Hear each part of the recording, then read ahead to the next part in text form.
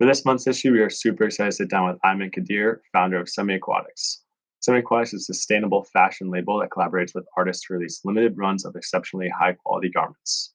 The streetwear startup has an ambitious aim to change the purpose of the sustainable fashion industry at its core. They say that the focus should no longer be on reducing pollution, but on reversing the impact of how fashion is manufactured. So I'm super happy to have you here. Really excited to get going, and looking forward to this interview. Yeah, I'm excited to be here, Nick. Thanks for having happy with me. I'm glad we got to sit down and finally talk about this. Yeah. Cool. So just to get started, if you wouldn't mind telling us a little bit about yourself, your background, and a little bit what inspired you to kind of start Semi Aquatics. Sure. My background, I've always sort of been interested in entrepreneurship. I've always sort of wanted to start a business since I was young, and I kind of always had that mindset. Uh, Before in like kindergarten, I was like making like random like pencils or random some sort of like random toys that were just going around in circulation. I was actually designing T-shirts sort of back then for like random groups. Like I made one for our volleyball team for like an intramural tournament like the school was into, or another one was like a dodgeball tournament or the debate team. So I always had like a sort of passion for making like creative things, and that didn't necessarily manifest itself only in clothing, but just tinkering around with random stuff. Then, and I'd say that beyond that, I've taken a lot of classes sort of in with the entrepreneurial mindset in mind. I think we met in Copenhagen. We were both studying abroad in an environmental econ class. Yeah, yeah. Good Right. So course. yeah, so that perfectly relates to like why we're back here. And it was an interesting course. We had an interesting professor, but I think I did end up learning a lot from there that has carried over and just shifted the way I sort of think about things.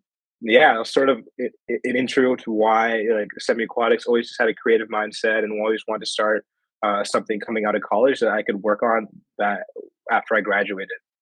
Right. And correct me if I'm wrong, but you actually started this while you were still in college, right? At Middlebury? Yeah, yeah. So I started this at the beginning of my senior year. I actually started it with one of my like best friends and roommates, Will Nash. Mhm. So yeah, we sort of I had more of the creative and design aspect, and he was a lot more of the business side. And we sort of just started the brand from there and just kept running. Awesome. One cool, interesting fact was that we actually took a class in Middlebury. That's we take in Middlebury. The way Middlebury works is we have a J term where we only take one class during the whole month of January. And typically, this class meets every day. And the class we took was mid entrepreneurs, and we went to that class with the idea in mind to build sort of a brand, but it wasn't actually like Semi Aquatics. We were doing Semi Aquatics kind of in the background then, but we didn't really want to do clothing at the time. Uh, but then developers were like, oh, Semi Aquatics really do well. Let's just put our all into this and just make it the idea that we're doing. Right. Super cool. Um, yeah, so moving on, I know anybody who's familiar with Semi Aquatics has been on your website, on your Instagram. You have the tagline "Reverse Evolution." I think it's super cool.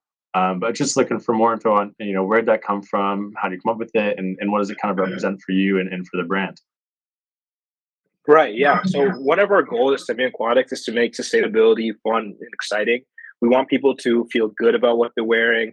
We might just be making clothes, but if our designs can sort of inspire others to make sustainable choices or adopt sort of the regenerative production methods that we advocate for, we can be a small part of the solution toward climate change. So the whole idea with reverse evolution is that like when people think of the line reverse evolution, they're like, oh, like what does that mean? That really doesn't really make too much sense to a lot of people. And like if you take it literally, it doesn't make too much sense that we're trying to reverse evolution. Now we're not trying to like go back and become fish people, but rather we take it as a way to get people thinking about like reversing the negative impact on the environment.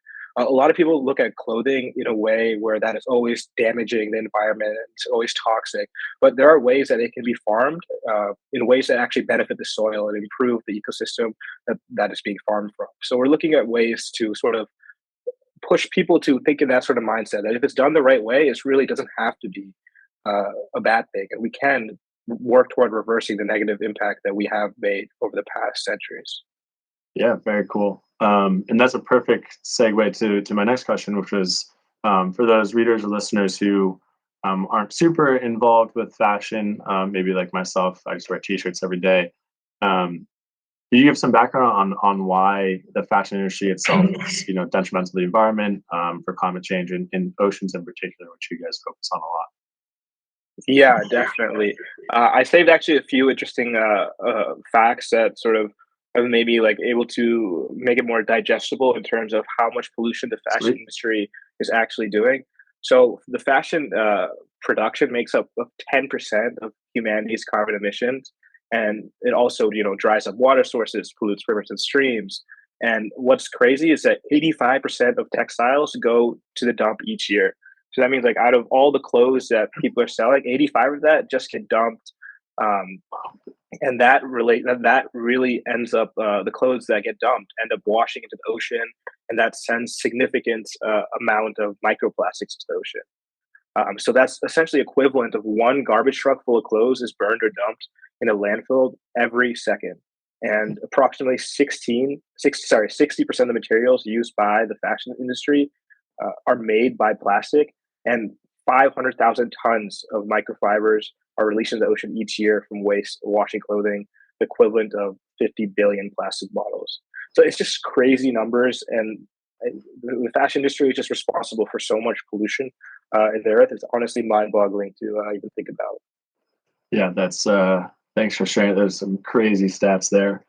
Um, but so obviously, we've got these big problems in the fashion industry. Very people talk about all the time. You're familiar with it. We're familiar with it here at ClimateRoots. Um, and so, kind of obviously, Semi Aquatics does things differently, right?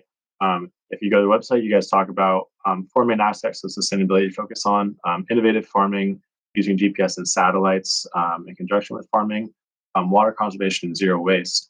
Can you kind of elaborate on what makes Semi Aquatics different, and kind of those four pillars in particular are the ones you guys focus on? Yeah, that connects back to slightly what I was talking about earlier when you asked about reverse evolution. Is that Mhm. we try to focus on uh, farming that uses regenerative farming. So when we look to buy the cotton that we use for our garments, or whatever material we're deciding to use, we look for that cotton to be farmed in ways that is actually good for the environment, that actually replenishes the soil. So the first way we've sort of found that cotton is we learned about Supima cotton. So not all of our hoodies and shirts use Supima cotton. We actually use a different form of cotton, which I'll get into a bit later. But the holy grail of sort of cotton is known as Supima cotton, and this is cotton that's grown 100% in the U.S. And what's really cool about Supima cotton is that it's sort of traced and tracked. So whenever you buy a T-shirt with Supima cotton, you can sort of track where that strain of cotton was actually grown. So you can that way verify where in the production line it was, where which farm it was grown from, and to verify that this cotton was grown with sustainable methods, and is what we want to have. And then the other additional points of cotton that you were bringing up when you're talking about uh, the farming methods used to grow it is that the Suma cotton farms, they try to maximize their water use efficiency. So they use cotton fields or laser level, which means that um, this leads to like sort of more knowledge of the topography of the makeup of the soil. So then the farmers can sort of select the best way to irrigate that crop, knowing exactly the makeup of it. Um, and then so they can do methods which feed the plant only, or they can also do flood irrigation, which is a method of farming which restores moisture to the soil and also replenishes aquifers, promotes soil health, and also fosters wildlife. And in addition, the soil is they make a great effort to sort of maintain the fertility and the create increase the productivity of the soil. They plant crops that take on the same planting footprint that minimizes the soil compaction. Um, and when they're using tractors on the farm, they use GPS guided tractors to keep the wheels on the same path as prior passes. So they minimize, the wheels running over the crop and ruining it, ruining the soil. So this is just some sort of the other techniques they use. I kind of call it like farmers of the future. Is sort of like futuristic farming, the technology that they use. And they also use some GPS and satellite imagery to sort of get a better look and feel of how the field is and align all the crops in a perfect way. So that's sort of how they grow Supima cotton. And we use that for a lot of our t-shirts when possible. Sometimes, especially during COVID times, which we can get into a bit later, it's really hard to find that material. So we've had to sort of pivot and find also other sustainable materials. And then the other material that we use is organic combed cotton. So Supima cotton obviously is a form of cotton. I told you it's known as sort of the holy grail. Uh, doesn't mean like all other cotton is bad. The other cotton we use is the organic combed cotton, which essentially has all the same principles as Supima cotton. It's just I think the Supima cotton farms are a little bit more stricter and have sort of more guidelines of what can actually be considered Supima. So yeah, as long as the cotton is organic, that tends to be a good indicator. But you also have to understand where is this cotton coming from, what kind of farm. So we've done some research into our suppliers, made sure they had all the right certificates to make sure the product that we are getting is what we want to sell and what we want to represent. Super cool. So it sounds like basically focusing on efficient farming and making sure you're sourcing sourcing your cotton from reliable sources is a key element of how you're Yeah, reducing your waste yeah. and you're reducing your emissions on the Yeah, process. yeah, definitely, definitely. And content is obviously one of the major parts of what we do to make our garments. But there are other ways, we've sort of showcased our commitment to sustainability. But also, still on cotton, I want to say that we're not at the end of be all. We're not at our final stage of the Supima cotton is the best way, and like there's no other way around it. We're still doing research, and there's other sort of sustainable fabrics that go beyond general cotton. Like we've done some research into seaweed fiber and using that as an even more regenerative crop. But the issues with that is when you're creating sort of a custom blend of fabric, you need to be working on a very high scale. So we're still doing the research and development and gathering resources to be able to pivot eventually to even more sustainable material. So right now, we're just trying to do our best with the resources available, and we're learning along the way. Yeah, well, we'll have to circle back because I'd love to be wearing a seaweed shirt next time we Yeah, we yeah, work together. Um, well, and so kind of more on the creative side of Semi Aquatics, you guys make tons of designs. You do it all yourself, and they're really cool. I can vouch for you that they're awesome. I've seen them. Do any of these designs kind of reflect your sustainability goals? yeah, definitely, definitely. So I sort of think of a lot of the designs, but I'm not necessarily the one making the artwork. So each design is a collaboration with a different Mhm. artist. So we spend a lot of time researching and finding different like local artists that have a really cool art style. Not necessarily that they make art for clothing, but how can we transform the art that they make for their use into something that would look cool on clothing? And that's how I think we sort of find the balance between having unique pieces that you generally wouldn't see on clothes.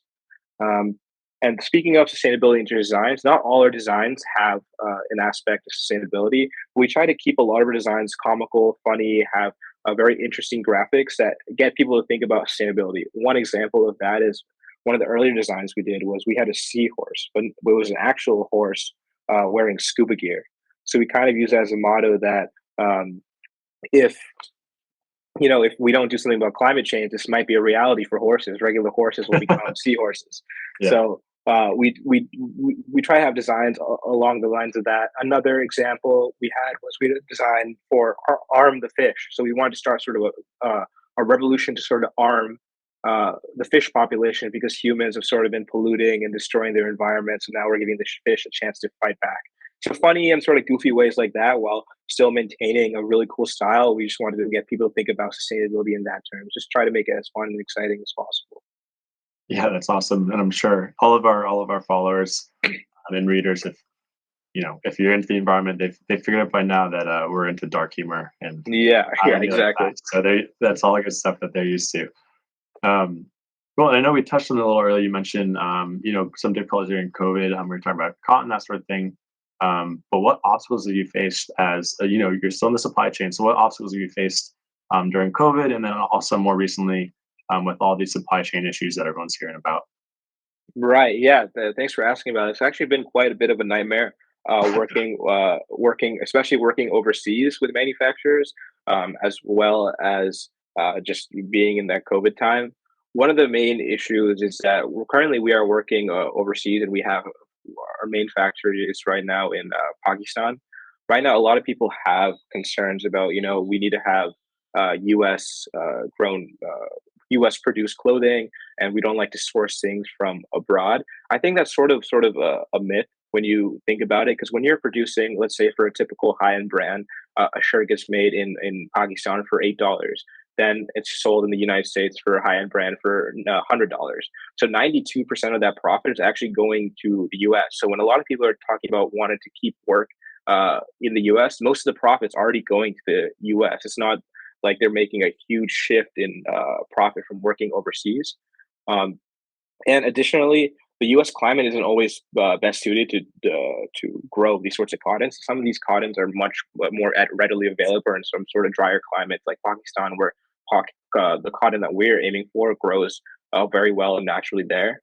Um, so when you choose to work with an overseas manufacturer, there's a lot of complications that come with it. One, there's a bit of a language barrier. There's a time zone difference, as well as shipping issues. One of the largest prices we pay is for shipping, just because it's shipping so far from overseas. And when COVID is added to that, shipping takes even longer. As a lot of the ports are congested, and packages just don't get there at the right time. Another issue is that because of the shipping length, there's a big back and forth. Is when we first get design, we want to get a sample. We want to make sure that they made it right. That sample takes a couple months to produce. Then we send it. Then we ask for another couple months to make some small changes. And then by the end of it, it takes like 6 months just to make the one T-shirt how we want it. And it gets so frustrating that oftentimes we're left with some clothes that we want to make tiny differences to, but we know that those differences are not necessarily worth the hassle of changing. And COVID just sort of exasperates those issues. Yeah, that makes a lot of sense. Um, and talking about kind of your supply chain and going back and forth with these suppliers, you don't really sell your clothes like a normal fashion brand or label would, right? Um, you drop new styles, you're releasing styles in what's called drops, where you release a bunch of new styles all at once, and it's kind of just first come first serve. Can you talk a little bit more about like your drops, where that came from, why it's the way you do things? Yeah, definitely. Yeah, glad you asked about that. So right now we're aiming to do one drop every month or so, and maybe some drops might have a month gap recently because of the uh, manufacturing issues we were talking about in the past. We haven't had a month until a couple weeks ago for a couple months. So sometimes we have delays in between that. But one of the reasons we try to have a drop method, and what Nick is talking about, that is we release a couple designs every month, instead of releasing an entire line that people can just purchase whenever. The main reason we do that is that we want to get away from the mindset of fast fashion and sort of how consumers are always readily available to buy clothes. Like you have, let's say you get, oh, I want these sort of pants. Well, you can just get it right away. And I think having everything, the availability of everything, sort of increases that consumer mindset that I need this now. So when we sort of have this drop method, if you want this t-shirt, you got to really want it, because most of our drops really do tend to sell out in sometimes a couple minutes, sometimes takes longer. It really depends on the design. But if you want this, you got to be there on the drop time, and you got to want it bad enough that you're waiting for it. It's not like a last minute decision that I'm just trying to buy pants. We're really trying to fight uh, that consumer mindset with that. And even if you don't get it, like you move on. Like it's not a big deal, and you learn that I really didn't even need that piece of clothing anyway. Like it's just a t-shirt. Like do I really need to spend $40 on a t-shirt when I could have just not gotten it? So not that I'm trying to get people to not buy our clothes, but at the end of the day, like you got to remember, it's just a shirt, and like you didn't really need it. Right. Yeah, and the consumer mindset is a hot topic in the environmental world, with trying to get to a circular economy and all that kind of stuff, which we'll avoid for Yeah, now because that's a whole nother discussion in general. But definitely, makes a lot of definitely. sense. So we got these drops, trying to do one every month. For those who aren't familiar with Semi Aquatics, we just released a drop, the last week of June. You got another one coming up soon. When can we anticipate the next drop? Yeah, I would say tentatively right now, the next drop should be at July 18th. And if you're looking forward to how to find out about that on our website, you can subscribe to our email newsletter, and then you'll be notified right away. And alternatively, you can follow us on our Instagram page at Semi Aquatics, and you'll find out all the latest about our drops, see some of our past designs, and get to interact with me or others as well. Cool. And anything in particular in that next drop, or a couple drops down the line that you're really excited about? Yeah, I mean, so I'm really excited about the some of the designs that are dropping next drop. I haven't revealed them yet, so stay tuned on our Instagram. Some of these designs are unrevealed. We haven't revealed them before, so I'm super excited to show you them. We've worked with some like really interesting artists this time, and they've put together some really good pieces. So a lot of people have loved our last drop, so I think this drop may end up being better. So. Uh, We'll have to see. I think one thing I want to start the t-shirt thing is like a lot of people get upset if people don't like your designs. I'm like, hey, not everyone's gonna like everything. Like it is what it is. Like people have different tastes, and it's not meant for everyone. But one thing I will want to harp on is that regardless if you like our designs or anything, one thing that when we made Semi Aquatics that I really wanted to make sure was that it's very high quality and that people love wearing it whether they like the design or not. So we made sure that this is some of the most high quality t-shirts, hoodies, sweatpants, crew necks, shorts that you would get at this price point, and we feel very comfortable making that claim. I think a lot of people try to say, we have a really good try to claim that they have a great value, but if you look on our Instagram page, on one of the highlights, we have at least 300 plus reviews of people saying like this is some of the best uh, clothes that they've ever gotten in that price. So we put our mouth where what we say we are, or money where our mouth is, I guess. Yeah, perfect. Awesome. Cool. So, I mean, you've definitely inspired me with what you're doing. I always love to see young people making strides in the environmental world and kind of thinking outside the box, which you guys are obviously super creative, and it's awesome to see. So, if anyone else is like me, you've been inspired. Any like last minute tips or anything like that that you have for people who are trying to buy clothes or shop more sustainably in the fashion industry? Yeah, I think really the first thing it really comes down to like mindset is that when you think you're shopping is like, do you only buy the things that you really need or want to. Of course it's okay to splurge and get something you've really wanted, but just make sure that you really wanted it. It's not something that came up like last decision, or you just saw it on Instagram, you're like, oh, I need that too. Like, are you going to really wear it? Are you going to wear it for a long time? Like, what are you going to use for it? Just be more conscious about your decision making. And then additionally, you can look for, I'd look out for brands that have at least organic cotton or some sort of organic methods. A lot of clothes that have polyester and other fabrics are not necessarily as great for the environment. And I wouldn't stop at just making sure that you look at the fabric, look at the brand, see what they're all about, see if they're transparent about where they get their cotton from.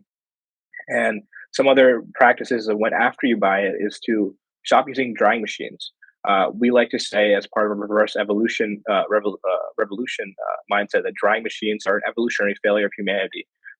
In that they uh, they just they just create a lot of waste and they use a lot of energy, and they also destroy your clothes. So we recommend just like hang drying to preserve the life cycle of your clothes. It'll make it last longer. That way you can make it longer, and then saves weight from waste.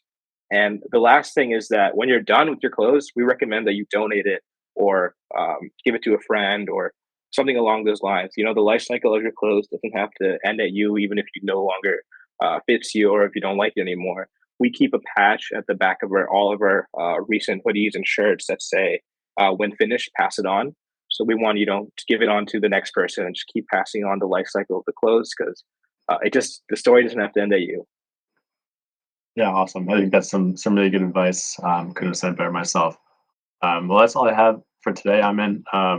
Really appreciate you taking the time to meet with us. Really excited about Semi Aquatics. Hopefully, some of our readers and listeners are as well. Um, yeah, if any of you guys have any questions for myself, for Ayman, Semi Aquatics, ClimateRoots, maybe a future collab, who knows? Feel free to reach out, Instagram, socials, emails, whatever it is. But yeah, thanks again. Appreciate it.